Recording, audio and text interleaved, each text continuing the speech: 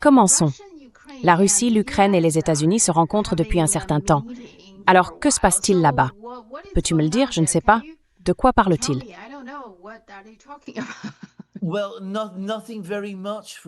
Eh bien, pas grand-chose, à ce qu'on peut en juger. C'est la négociation la plus chaotique et la plus mal gérée de l'histoire moderne. Je pense que les Américains sont arrivés, ont compris que la guerre ne se passait pas très bien, c'était l'année dernière, et ils ont perdu une année entière à essayer d'amener les Russes à arrêter sans vraiment leur offrir quoi que ce soit, simplement en leur disant d'arrêter. Les Russes ne se sont pas arrêtés et n'allaient pas se laisser duper. Les Américains ont donc fini par comprendre qu'il fallait une négociation. Ils l'ont organisée aux Émirats arabes unis. Les Russes ont dit « Écoutez, c'est un groupe de travail. Nous allons y envoyer des militaires, des agents du renseignement et de la sécurité, et nous voulons discuter de certains sujets. S'il vous plaît, ne lancez pas d'attaques de drones sur la résidence de notre président. »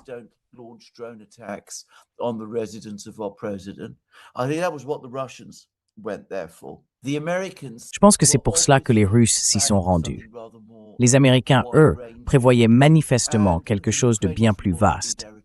Et les Ukrainiens ne voulaient pas y être du tout, car ils sont très mécontents à l'idée de négocier avec les Russes, sous quelque forme que ce soit. Même s'ils perdent la guerre, ce qu'ils veulent vraiment, ce n'est pas négocier, mais amener les Américains à intervenir et à se battre pour eux. Ainsi, chacun est venu avec des objectifs différents. J'ai eu le sentiment que cela n'avait en réalité pas beaucoup avancé.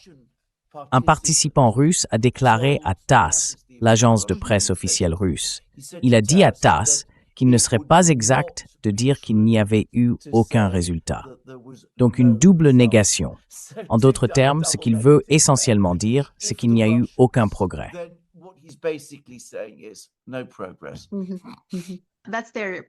C'est leur façon polie de dire qu'il n'y en a pas. Il me semble simplement qu'à ce jour, Trump continue d'insister sur la nécessité d'un cessez-le-feu sans vraiment comprendre le problème de fond. Non? C'est toujours là qu'il en est, apparemment.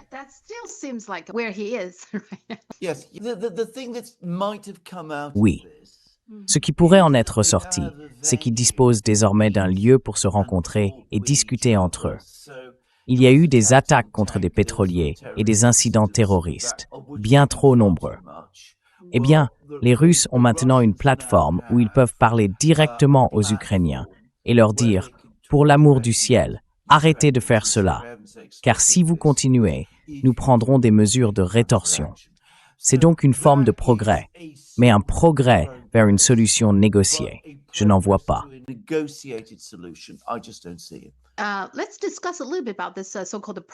Parlons un peu de cette soi-disant purge au sein de l'armée chinoise. Il semble que les médias occidentaux aient tendance à trop analyser la situation en parlant d'un éventuel coup d'État, de toutes sortes de conspirations, etc. D'après tout ce que j'ai pu comprendre, y compris en discutant avec certaines personnes en Chine, il s'agit simplement du fait que Xi Jinping est réellement et pleinement déterminé à lutter contre la corruption. Quant à Zhang Yuxia, même s'ils se connaissent très bien, leur famille ayant des liens anciens, cela ne l'empêche pas de combattre la corruption. Il semble bien que Zhang ait accepté des pots de vin pour des promotions et d'autres avantages. Voilà ce qui semble s'être passé.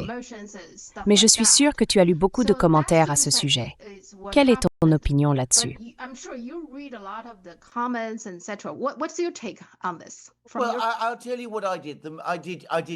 Eh bien, je vais te dire ce que j'ai fait. J'ai lu certains de ces commentaires et toutes sortes de gens m'envoyaient des emails. J'ai entendu toutes ces rumeurs.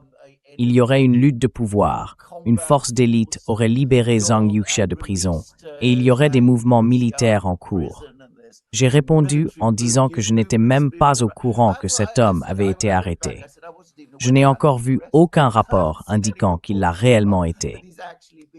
Je connais les luttes de pouvoir dans l'histoire, alors je suis allé immédiatement consulter les médias chinois. J'ai vérifié tous les sites que je consulte habituellement, le Quotidien du Peuple, le Global Times.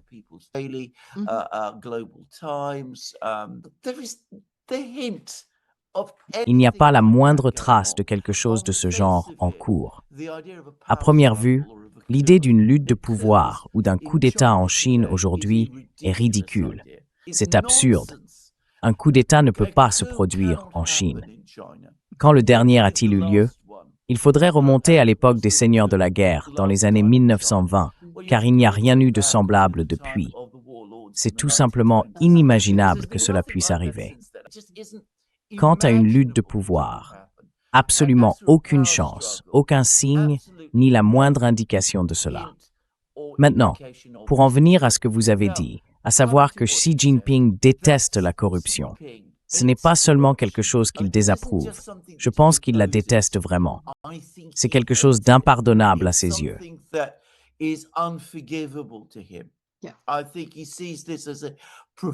Je pense qu'il considère cela comme une trahison profonde envers le pays, le parti et tout le reste.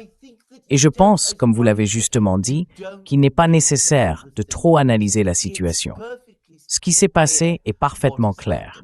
Les médias eux-mêmes l'ont dit, les médias chinois l'ont dit, que cet homme, apparemment, acceptait des pots de vin. Il y avait de la corruption. Certains médias occidentaux plus perspicaces suggèrent que cela pourrait être lié à l'affaire de Li Shangfu, qui a été, pendant un court moment, ministre de la Défense de la Chine. Peut-être a-t-il versé des pots de vin pour devenir ministre de la Défense. Quiconque connaît Xi Jinping sait qu'il ne tolérerait jamais cela. Et dès qu'il en est informé et qu'une enquête appropriée est menée, bien sûr, les choses commencent à bouger.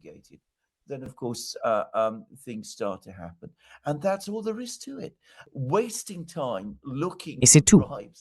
Perdre du temps à chercher des pots de vin, de la corruption ou un coup d'État est tout simplement absurde. Une chose que je dirais, c'est ceci, et cela remonte à notre discussion avec M. Bauer au cours des 10 ou 15 dernières années. L'armée chinoise a connu une expansion très très importante. Elle a grandi en taille, en complexité, en sophistication. Je sais ce qui peut parfois arriver aux organisations qui se développent très vite. Je l'ai déjà vu. Certaines personnes s'enivrent de leur succès et parfois des tentations apparaissent, ce qui peut créer des problèmes. Il faut un dirigeant ferme pour la gérer correctement.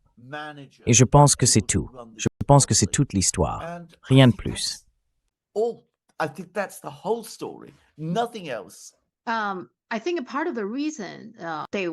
Je pense qu'une partie de la raison pour laquelle ils veulent en faire plus que cela est la suivante. Il y a deux raisons. Certains essaient peut-être délibérément de répandre des rumeurs pour miner le moral de l'armée chinoise. Cela pourrait être une explication.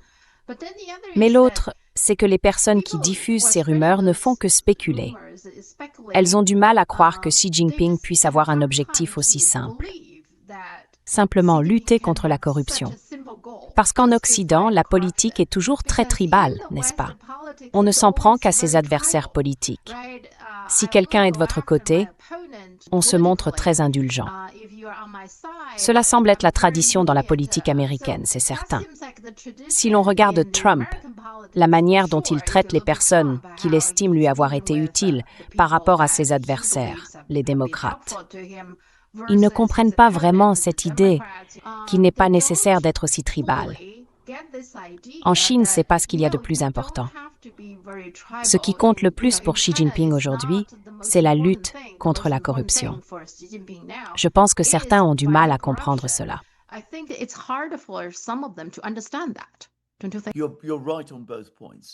Tu as raison sur les deux points.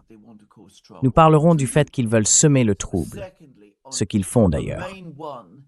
Ensuite, le principal, c'est celui que tu as mentionné. Ils trouvent impossible de comprendre qu'il puisse y avoir une explication simple et directe. Étant donné que la politique en Occident est elle aussi incroyablement corrompue, l'idée que quelqu'un puisse réellement prendre la corruption au sérieux leur semble très difficile à imaginer ou à comprendre. Mais tu as tout à fait raison. Ils ne cherchent pas d'explication simple, car notre politique en Occident est devenue à la fois extrêmement corrompue et extrêmement compliquée. Les deux vont de pair d'ailleurs, soit dit en passant. Il y a une troisième chose, et c'est le vœu pieux. Je veux dire, l'idée d'un coup d'État à Pékin est, certaines personnes, une sorte de fantasme.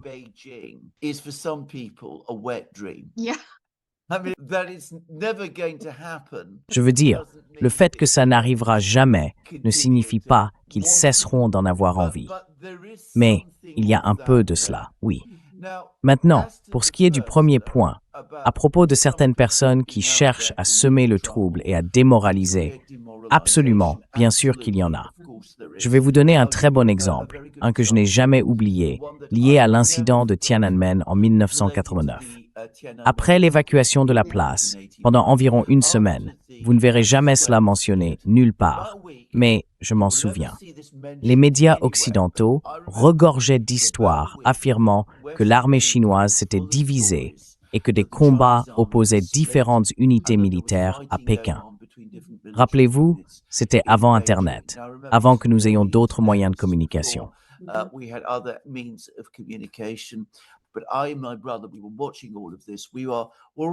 Mon frère et moi regardions tout cela. Nous étions déjà des personnes très sceptiques et nous nous sommes dit, c'est du pur, complet non-sens. Mais il suffit d'aller dans une bibliothèque, de sortir les vieux journaux de cette semaine-là, et tout y est. C'était une campagne classique de désinformation occidentale. Ils essayaient de diffuser des histoires sur des divisions au sein de l'armée et du gouvernement chinois, espérant que cela provoquerait une démoralisation et peut-être même mènerait à certaines des choses qu'ils voulaient voir se produire, les faire réellement arriver. Après une semaine, lorsqu'ils ont compris que cela n'allait pas se produire, ils ont simplement coupé toute l'histoire et n'en ont plus jamais parlé.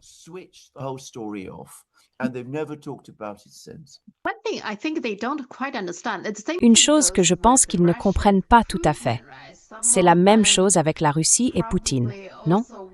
Certains d'entre eux aimeraient probablement aussi qu'il y ait des coups d'État en Russie, mais comprennent-ils vraiment que ce soit en Russie ou en Chine, si un coup d'État avait lieu et qu'un nouveau dirigeant arrivait au pouvoir, ce nouveau dirigeant ne serait pas forcément une bonne nouvelle pour l'Occident? Il pourrait s'agir d'un dirigeant encore plus dur que Xi Jinping ou Poutine, non?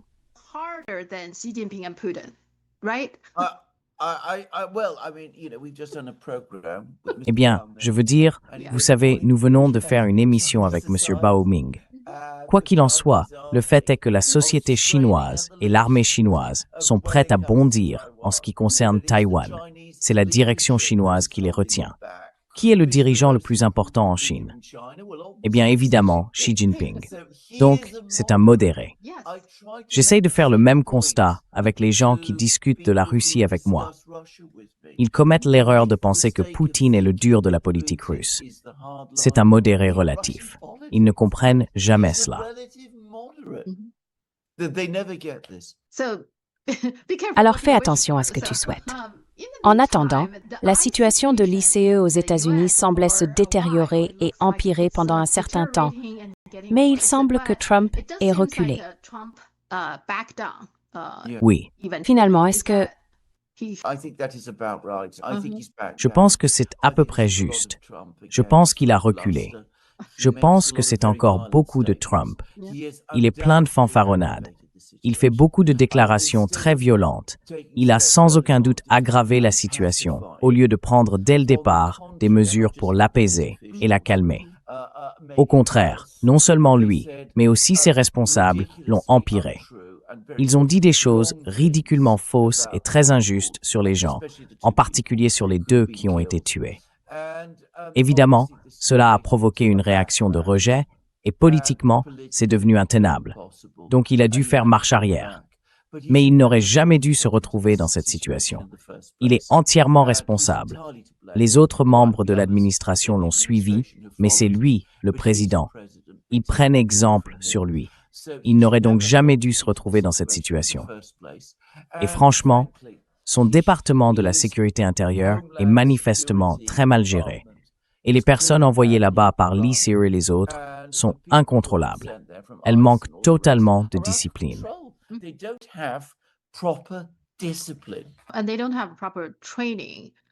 Et ils n'ont pas reçu une formation adéquate. Et ce type, il s'en va maintenant avec certains des agents les plus agressifs, je suppose. Et Kirstjen Nielsen, la secrétaire à la sécurité intérieure, je pense qu'elle n'était pas vraiment qualifiée pour le poste dès le départ. D'accord. Donc maintenant, ils en parlent. Il y a une possibilité qu'ils finissent par, si les choses vont jusque-là, que Trump la sacrifie. C'est une possibilité, non?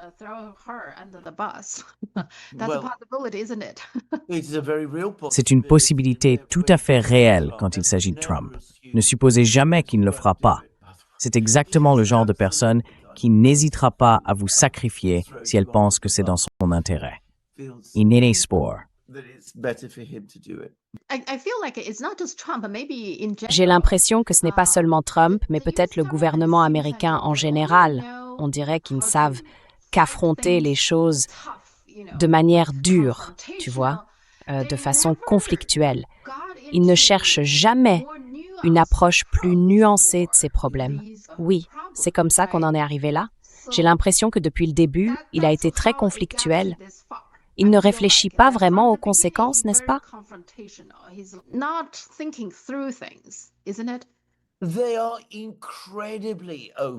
Ils sont incroyablement trop agressifs, à un degré désastreux. Ils sont trop agressifs en matière de politique étrangère, et ils le sont de façon désastreuse en matière de politique intérieure. Beaucoup de personnes faibles, et je l'ai souvent dit, Trump est très peu sûr de lui.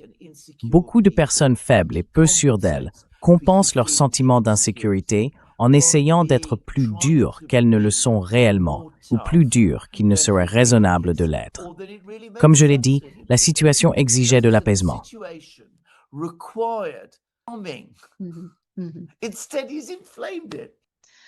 Au lieu de cela, il l'a envenimé. Et maintenant, il ne sait pas quoi faire si ce n'est probablement sacrifier Kirstjen Nielsen. Oui, l'autre chose, c'est que, probablement à cause de cela, on ne sait pas encore comment cela va se dérouler, mais il y a une possibilité que le gouvernement ferme à nouveau, car il parle maintenant du budget, n'est-ce pas? Une partie du problème concerne le budget de la sécurité intérieure, là où se trouve l'ICE. Il y a donc une réelle possibilité qu'il y ait une nouvelle fermeture du gouvernement.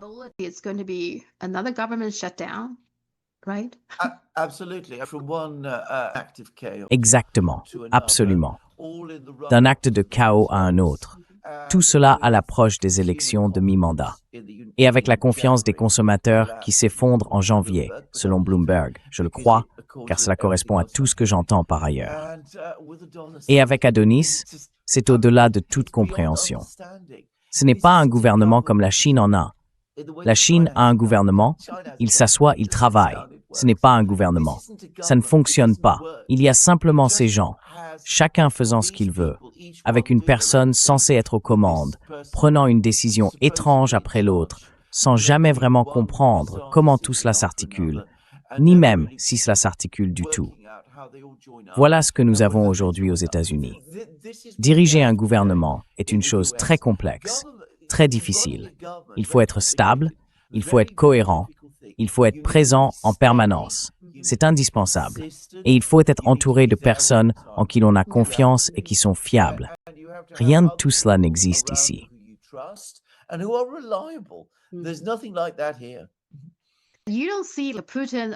Tu ne vois pas Poutine ou Xi Jinping aller jouer au golf tout le temps, n'est-ce pas?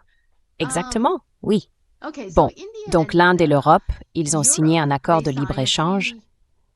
J'ai l'impression que l'Europe se couvre un peu, non? C'est aussi ton ressenti?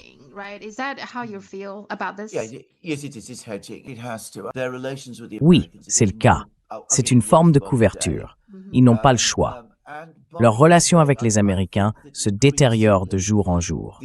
Et d'ailleurs, je pense que de plus en plus d'Européens se disent entre eux que cela va continuer à empirer, même si Trump s'en va. Nous en sommes maintenant arrivés au point où ils vont suivre des trajectoires différentes. Alors ils commencent à se demander, que devons-nous faire? Les Américains ne sont plus toujours à nos côtés. Les Russes, nous avons détruit nos relations avec eux. Il faut donc commencer à parler à d'autres. Nous allons commencer à parler aux Indiens. L'Inde est un grand pays. Son économie est en croissance. C'est un marché potentiellement important. Je ne pense pas qu'ils aient encore vraiment compris ce qu'un accord de libre-échange avec l'Inde impliquerait. À mon avis, tous les avantages économiques iraient à l'Inde plutôt qu'à l'Europe. Mais c'est une autre histoire. Mais c'est ce qu'ils disent. Et bien sûr, la Chine aussi. C'est pourquoi Keir Starmer est à Pékin. Je crois qu'il y est aujourd'hui. Oui, je le crois.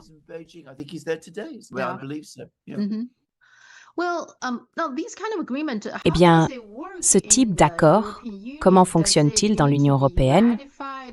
Doivent-ils être ratifiés? Parce que je me souviens qu'avant le départ d'Angela Merkel, elle avait poussé à la signature de l'accord global sur les investissements entre l'Europe et la Chine, le CAI, mais il n'a jamais été ratifié, n'est-ce pas, autant que je sache. Alors comment ça fonctionne-t-il?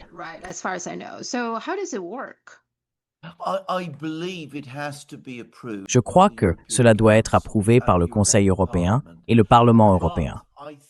Mais je pense que les parlements des États membres doivent également le ratifier. C'est donc un processus long. Le fait qu'il l'ait signé ne signifie pas qu'il entre immédiatement en vigueur. Ils doivent tous le ratifier.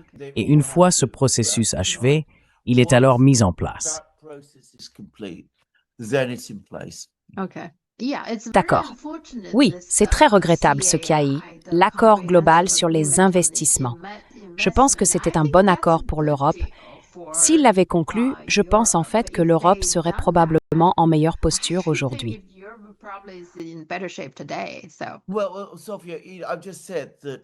Eh bien, Sophia, je viens de dire que dans une relation entre l'Inde et l'Europe, on peut voir que l'Inde en tire plus de bénéfices que l'Europe. Avec la Chine, c'est différent. Je ne veux pas dire que la Chine n'en profite pas, mais l'Europe en profite aussi. C'est à double sens, oui. Et évidemment, la Chine étant un ennemi géopolitique, l'Inde est un pays encore pauvre, envers lequel on peut se montrer un peu condescendant et paternaliste, et dont nous n'avons pas vraiment peur de la même manière.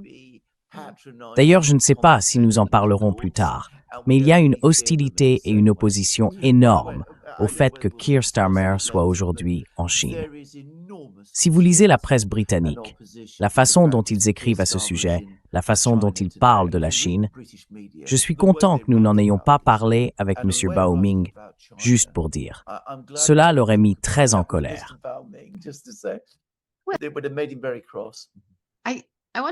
Je veux te poser une question à ce sujet. Que veulent-ils? Veulent-ils que la Grande-Bretagne continue d'être hostile envers la Chine? Qu'est-ce qu'ils gagnent à entretenir cette hostilité? Je ne comprends pas. Explique cela à mon public.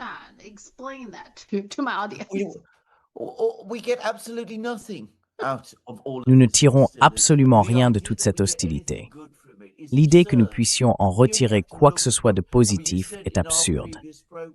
Il suffit de repenser à ce que vous disiez dans notre précédente émission. Regardez où en était la Chine, il y a quoi, 10 ans, quand Cameron a essayé de lancer l'âge d'or avec la Chine. Et tout cela a mal tourné. Regardez où en est la Chine aujourd'hui, et regardez où en est la Grande-Bretagne. Et demandez-vous qui, pendant tout ce temps, s'en est le mieux sorti. La réponse est évidente, mais c'est une question que personne ne veut poser en Grande-Bretagne. À part un très petit groupe d'entrepreneurs, quelques personnes au Foreign Office et quelques membres de la classe politique qui veulent réellement s'y attaquer. Alors, je suis allé voir les médias aujourd'hui. Il y avait cette histoire ridicule à la une du Daily Telegraph.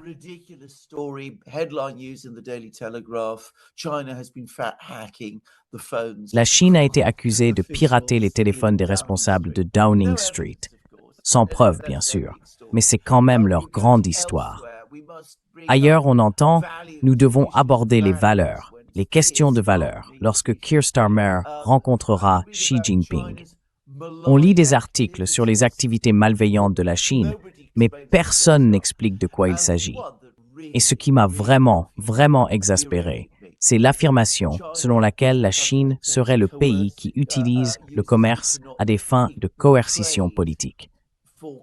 L'exemple donné était que l'Union européenne a imposé des restrictions sur les importations de voitures chinoises et que la Chine a réagi. Mais soi-disant, cela n'aurait absolument rien à voir avec le fait qu'il y avait des restrictions sur les voitures.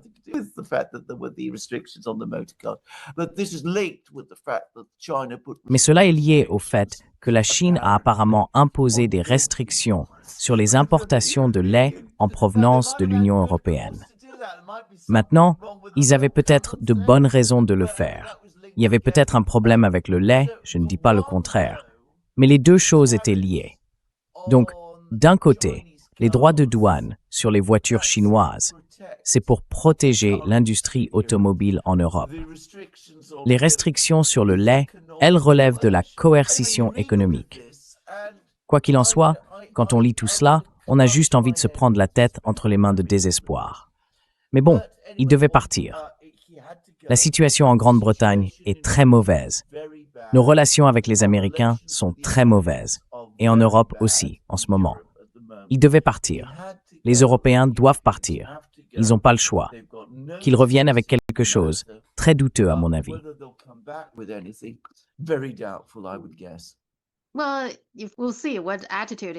Eh bien, nous verrons quelle attitude il adoptera. S'il est là pour faire la leçon à la Chine, il n'ira nulle part. La Chine ne va pas accepter cela. Alors attendons de voir. Mais je pense qu'il y a un manque de véritable leadership.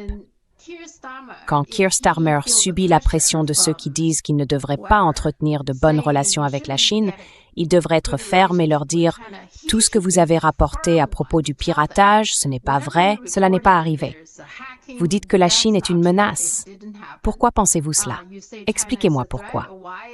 Il faut simplement affronter ces absurdités. C'est là qu'il faut un dirigeant fort et déterminé pour affronter ce genre de bêtises, n'est-ce pas? Pour faire ce que l'on pense être le mieux pour le pays. Mais où sont les dirigeants occidentaux?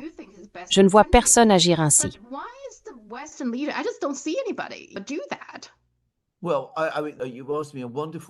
Eh bien, vous m'avez posé une question formidable.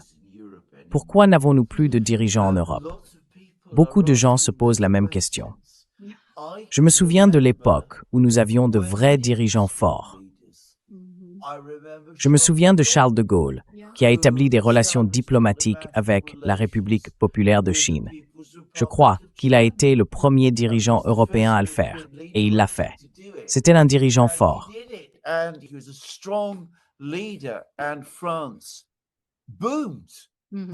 Et la France a connu un essor pendant qu'il était président. Elle est devenue une puissance majeure dans le monde lorsqu'il était en fonction. Mais aujourd'hui, nous n'avons personne comme lui. Et quelque chose s'est passé en Europe.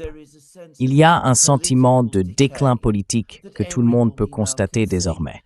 À Davos, tout le monde en parlait d'ailleurs. Mais même s'ils en parlent, ils ne sont pas prêts à agir. Mais tu as tout à fait raison. Si Starmer avait été un dirigeant fort, il serait revenu en disant « Vous me parlez d'espionnage de téléphone? Vous dites que la Chine est un ennemi? Regardez la carte. Comment ça pourrait-il être un ennemi? Quelle absurdité! C'est absolument absurde. Nous parlons de l'un des pays les plus riches et les plus puissants du monde.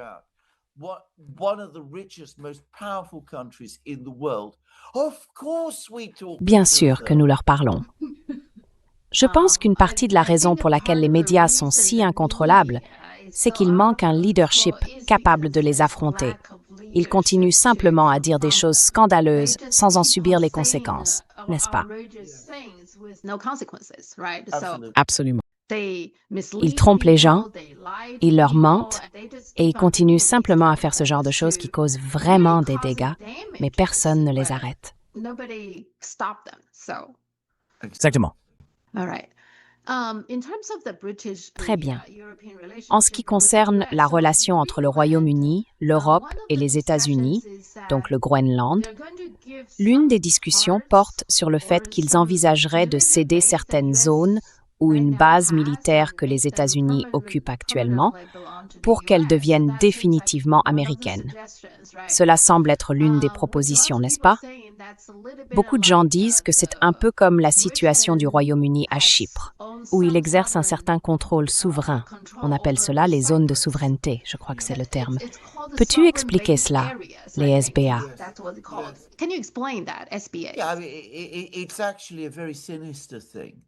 C'est en réalité quelque chose de très sinistre. Chypre était une colonie britannique. Elle faisait partie de l'Empire britannique. Les Britanniques l'ont achetée, croyez-le ou non, en 1876, et elle est devenue un territoire britannique. Les Britanniques l'ont administrée, et de manière très brutale d'ailleurs.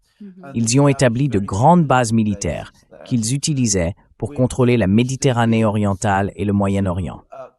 Lorsque Chypre, après une guerre d'indépendance très amère, ils ont combattu les Britanniques, a obtenu son indépendance, les Britanniques ne sont pas simplement partis. Il a fallu les en chasser. Quand Chypre est devenue indépendante, les Britanniques, en tant que puissance impériale, ont dit « Écoutez, très bien, nous comprenons que vous ne voulez plus de nous. Nous ne voulons pas vous combattre indéfiniment, ni immobiliser notre armée. Nous partirons, mais nous ne quitterons pas toute l'île de Chypre. »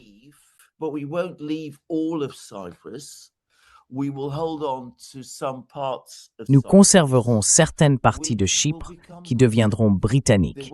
Elles ne seront plus Chypre, elles seront en réalité la Grande-Bretagne. Ce sera donc un territoire britannique avec le drapeau britannique et la loi britannique s'y appliquera. Elles ne feront plus partie de Chypre. Et cela est très mal perçu à Chypre. Mon collègue Alex Christoforou, qui est originaire de Chypre, peut tout vous expliquer à ce sujet. Alors Trump arrive et dit « Je veux le Groenland ». Et le secrétaire général de l'OTAN, Mark Luther, vient voir Trump et lui dit « Écoutez, vous savez, nous ne pouvons pas vous donner tout le Groenland, car si nous faisons cela, cela ne donnera pas une très bonne image. »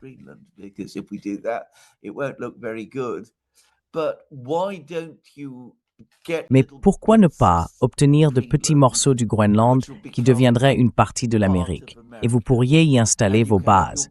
Donc, il obtient des morceaux du Groenland, il offre des morceaux du Groenland à Trump. Il a fait cela sans en parler aux Danois. Le peuple danois n'en savait rien. Les habitants du Groenland n'en savaient rien. C'est laid. Et oui, il va y avoir une négociation, mais Trump peut maintenant dire « Eh bien, l'OTAN est d'accord pour que j'ai des morceaux du Groenland. Il me faut ces morceaux du Groenland. » Comment cela fonctionne-t-il concrètement? Je veux dire, peut-on dire qu'en principe, toutes les ambassades sont considérées comme des territoires? Donc c'est un peu comme ça?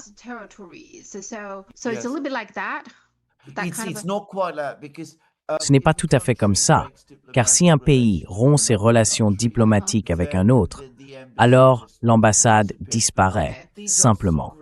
Mais ici, il s'agit de territoire souverain, puisque ce sera un territoire américain. Disons que le Groenland devient indépendant. Il ne peut pas dire aux Américains de partir. Ils y restent aussi longtemps qu'ils le souhaitent. Et c'est la même chose avec Chypre. Les habitants de Chypre ne veulent pas des Britanniques, mais comme il s'agit d'un territoire britannique, ils ne peuvent jamais leur dire de partir.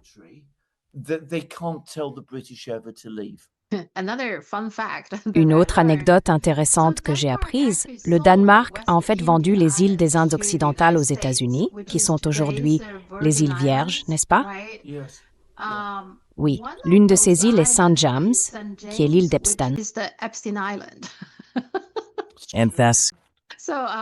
Donc, ça ne semble pas très bien parti pour que le Groenland devienne une partie des États-Unis. Je dis ça comme ça. Si j'étais résident, je résisterais assez fermement, parce que la dernière fois, ça ne s'est pas très bien passé. Tu as raison.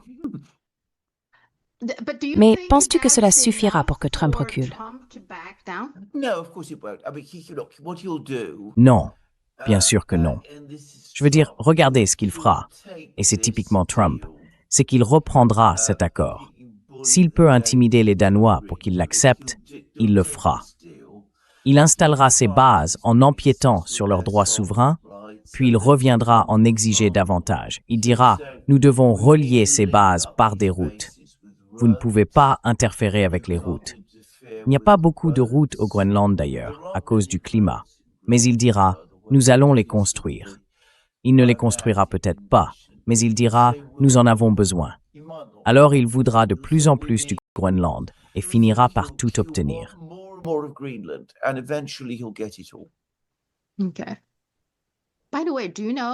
D'accord. Au fait, savais-tu que la dynastie Qing, la Chine, possède en réalité un minuscule morceau de terre en Grande-Bretagne, dans le cimetière de St. John à Newcastle-upon-Tyne? Oui, l'histoire raconte que dans les années 1880, les Qing ont acheté des navires de guerre à la Grande-Bretagne et ont envoyé des fonctionnaires et des marins pour les récupérer. Au cours de ce processus, 5 d'entre eux sont morts de maladie. Ils sont donc décédés en Grande-Bretagne. Or, en Chine, il est très important que les corps soient enterrés dans leur ville natale. Mais à cette époque, les rapatrier aurait été très difficile. En conséquence, l'ambassade des Qing a acheté une petite parcelle de terrain dans le cimetière et les y a enterrés. Ils ont convenu que cette parcelle appartiendrait à la Chine, car ils ne voulaient pas que les habitants la réutilisent ou quoi que ce soit de ce genre.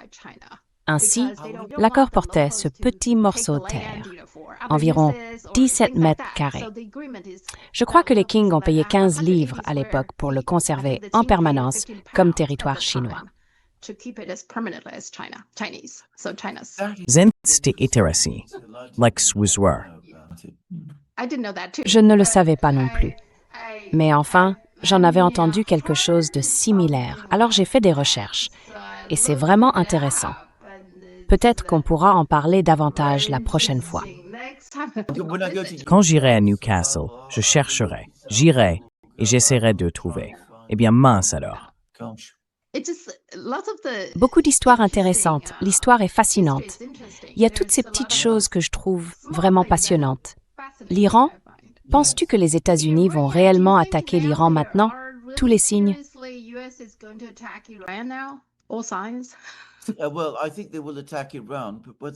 Eh bien, je pense qu'ils vont attaquer l'Iran. Mais savoir s'ils sont vraiment sérieux est une autre question. Je veux dire, ils vont attaquer l'Iran de manière imprudente. Encore une fois, c'est la même chose que nous disions au moment des déploiements au Venezuela. Si vous déployez une immense flotte avec de nombreux porte-avions et avions, que vous positionnez des missiles et que vous faites tout cela, tôt ou tard, vous allez les utiliser. Et je suis sûr qu'il en va de même ici. Tôt ou tard, une attaque contre l'Iran aura lieu. Les Iraniens y croient et ils prennent dès maintenant des mesures pour se protéger. Ils réorganisent leur gouvernement. Il est dispersé à travers le pays plutôt que rassemblé en un seul endroit et prennent d'autres mesures également. Donc, les Iraniens s'attendent à une attaque. Et je pense qu'ils ont raison.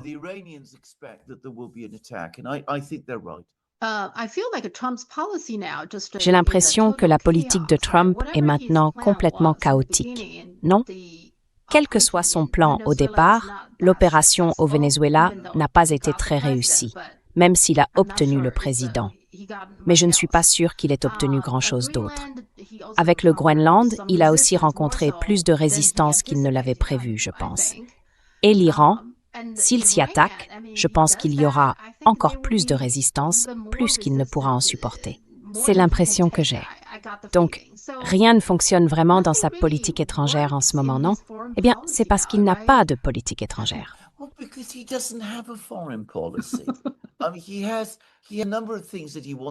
Il a un certain nombre de choses qu'il veut faire en même temps. Il veut mettre fin à la guerre en Ukraine, selon les conditions américaines. Il veut prendre le Groenland. Il veut s'en prendre à l'Iran et l'empêcher, tu sais, d'acquérir des armes nucléaires, ce qu'il dit ne pas vouloir. Il veut un prix du pétrole. Il veut la paix à Gaza. Il veut complètement changer l'ensemble de la relation commerciale avec la Chine. Oui, et il passe simplement d'une chose à l'autre. Un jour, c'est l'un de ces sujets qui l'intéresse, et c'est là-dessus qu'il se concentre.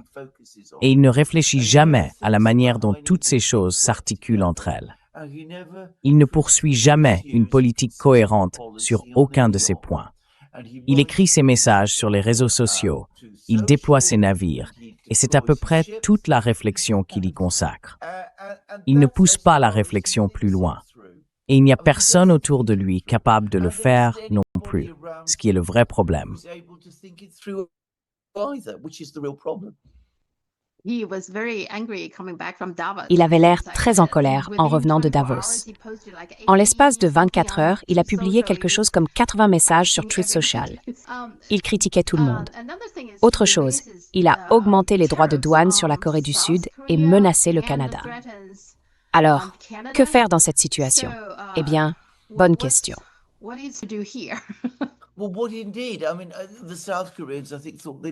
Je veux dire, les Sud-Coréens, je pense, croyaient avoir conclu un accord avec lui. Oui, c'est pour ça que j'ai mentionné cette dernière phrase. Donc, le Canada. Mark Carney prononce un discours à Davos qui ne lui plaît pas, et il s'en prend aussi à la Chine. Alors, il critique le Canada. Autrefois, les droits de douane étaient censés concerner l'économie et les impôts. Je veux dire, on ne voit plus ça aujourd'hui.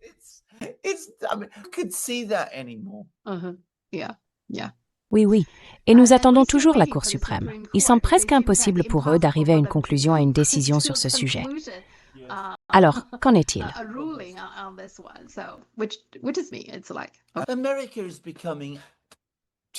C'est comme si l'Amérique devenait totalement dysfonctionnelle.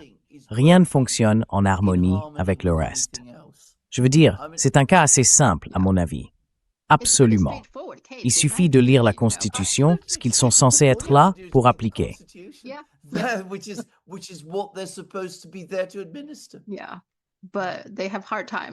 Oui, mais ils ont du mal. Oui. D'accord. Avant de te laisser partir, encore une question. La Coupe du Monde a lieu cette année, et les États-Unis l'accueillent. Mais il semble que certaines personnes parlent de boycotter. Je pense que les Européens et les Britanniques sont généralement très attachés à la Coupe du Monde, mais il semble que certaines personnes la boycottent, ce que je n'aurais jamais imaginé, qu'ils boycottent une Coupe du Monde aux États-Unis. Mais c'est apparemment le sentiment actuel. Et en plus, on dit que les ventes de billets ne se portent pas très bien. Donc c'est cohérent, non?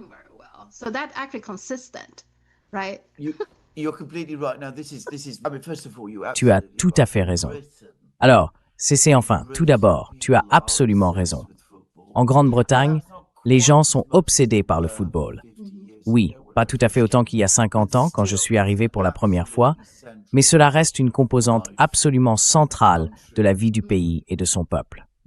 Et bien sûr, l'Amérique est notre grand ami et allié. Je me souviens de la Coupe du Monde en Russie en 2018.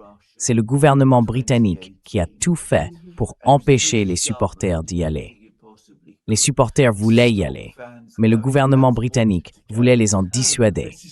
Cette fois, le gouvernement britannique veut qu'ils aillent en Amérique. Ce sont eux qui ne veulent pas y aller. Comme les choses changent.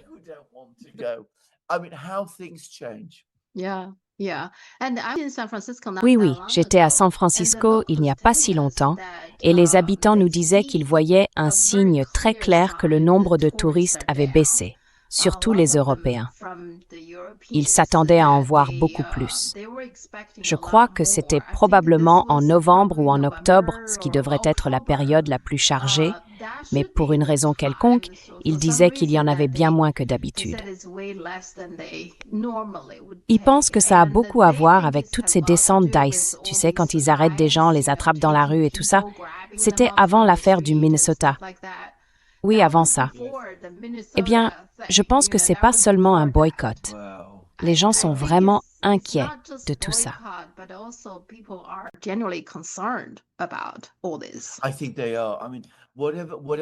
Je pense que oui. Je veux dire, tout ce qui détruit l'image de l'Amérique.